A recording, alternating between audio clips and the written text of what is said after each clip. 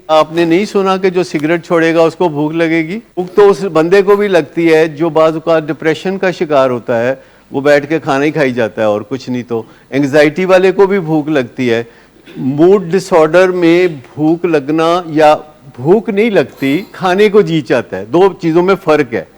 देखिए यहाँ भी हमारा ब्रेन कितना कंफ्यूज है कि जिस चीज़ को हम भूख लगना कह रहे होते हैं वो भूख लगना नहीं है। भूख क्या होती है?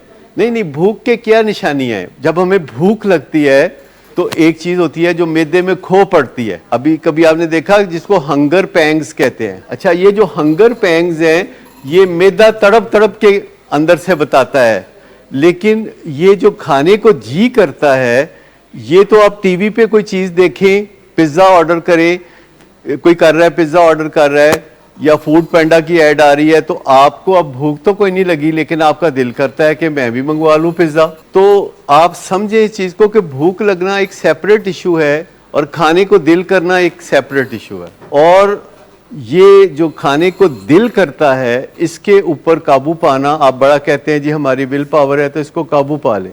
अच्छा, बात सिर्फ सिंपली इतनी है कि आपने अपनी ग्रूमिंग कैसे की है, अपनी ट्रेनिंग कैसे की है कि आप ज़रा ज़रा सी बात पे बुरा मनाने वाले हैं, या आपने अपने आप को पुख्ता किया हुआ है और आप बुरा नहीं मनाते, आप शेम प्रूफ हैं, आपकी बेइज्जती नहीं हो सकती। अगर आप चाहें तो देखिए ये जो नशा है इसकी बुनियादी वजह जो है, जो मूड की ख़राबी है, उसको अगर एक लफ्ज़ में बयान करें तो वो शेम है। क्योंकि जब मूड ख़राब होता है और बंदा शेम फील कर रहा होता है तो वो बहुत रोमांटिक नहीं हो सकता। ये सही बात है ना?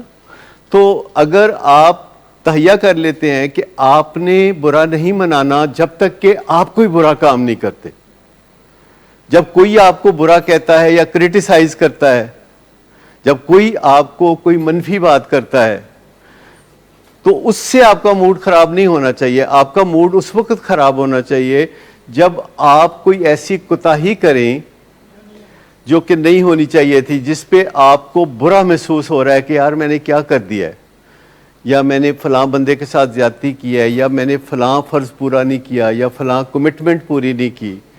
तो ये एक बहुत बड़ा तोहफा होगा अगर आप विलिंग वे से ये सीख लें।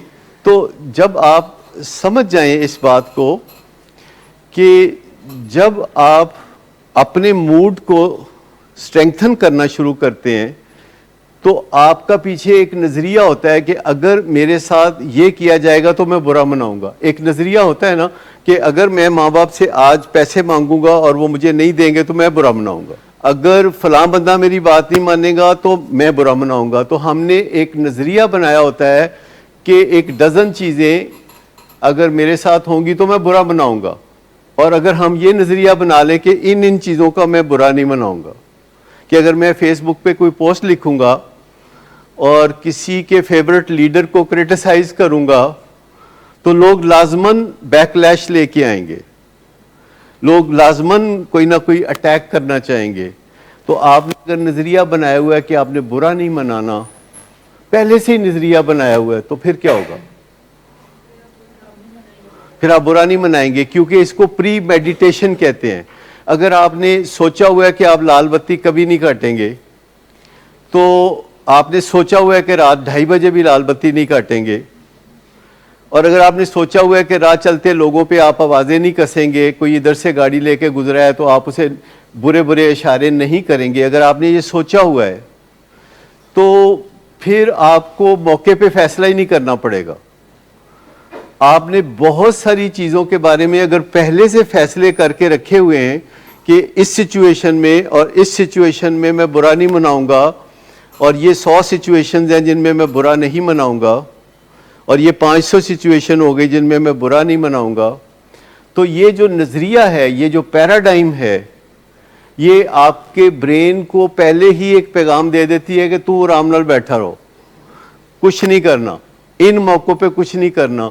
और जिन मौक़ों के बारे में आपने सेपरेट लिस्ट बनाई हुई है कि अगर ये होगा तो फिर मैं गर्मी खाऊंगा, तो इस लिस्ट को थोड़ा छोटा करने की ज़रूरत है कि अगर ये होगा तो मैं बुरा मनाऊंगा। अगर आपने बुरा ही मनाना है तो फिर फेसबुक पे जाने की ज़रूरत क्या है? और उसमें होता क्या है कि कुछ ना कुछ मैं लिखता हूँ और वो कुछ ना कुछ परवानों की तरह पलट पलट के आते हैं, और कुछ दिन के बाद लोग देखते हैं कि वो मेरे दोस्त बन चुके हैं और वो मेरे साथ बड़ी अच्छी गपशप करते हैं, वो इनबॉक्स में जाते हैं, वहाँ कुछ मुझसे बातें करते हैं, फिर वो कहते हैं अपना फ़ोन नंबर दो, तो फिर मैं फ़ोन नंबर दे देता हूँ उनको। फिर मैं अगर 2 दिन पोस्ट ना लिखूँ कोई, तो वो मुझे कॉल करके कहते हैं कि जी पोस्ट क्यों नहीं लिख रहे, तबीयत ठीक है ताड़ी। तो उसमें ये सिंपल सी बात है कि अगर आप अपने मूड के ऊपर ख़राबी पैदा नहीं करना चाहते, तो आपको कुछ पहले से तयशुदा फैसले करने की ज़रूरत है कि जब मेरा वालिद मुझे कुछ कहेगा तो मैंने बुरा कोई नहीं मनाना, उसका राइट है भाई। जब आपने अपने वालिद का एक परसोना बना लिया कि ये मेरा वालिद है और ये इसकी तरफ से बहुत मेहरबानियाँ हैं और इसने मुझे छोटे से बड़ा किया है बड़े प्यार के साथ, और ये वो दुनिया का वाहिद बंदा है जो अपने आप से भी ज़्यादा प्यार मुझसे करता है, और ये वो बंदा है जो मुझे अपने आप से आगे देखना चाहता है, तो फिर आप कहते हैं कि यार ऐदी गल दा बुरा नहीं मनाना, कदी एवं खपिया तपिया आवे कुछ कह देवे तो इसकी गल दा बुरा नहीं मनाना।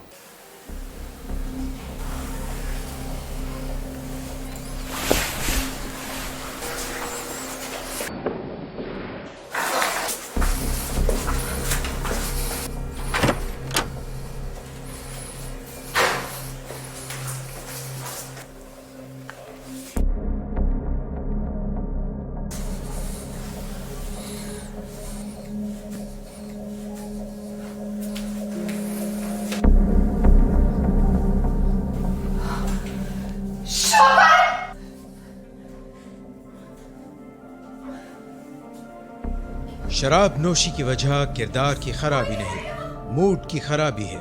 शराब नोशी कभी भी नशे की बीमारी में बदल सकती है। नशे की बीमारी हर स्टेज पर काबिल इलाज है। मदद हासिल कीजिए, क्योंकि वो ऐसा नहीं करेगा। विलिंग वेज से मदद हासिल कीजिए, कहीं से भी मदद हासिल कीजिए, लेकिन फौरी मदद हासिल कीजिए। जिस मुआवजे के इंतजार में आपने बहुत देर कर दी, अब वो दस्तक दे रहा है। मदद हासिल कीजिए, मदद हासिल कीजिए, मदद हासिल कीजिए।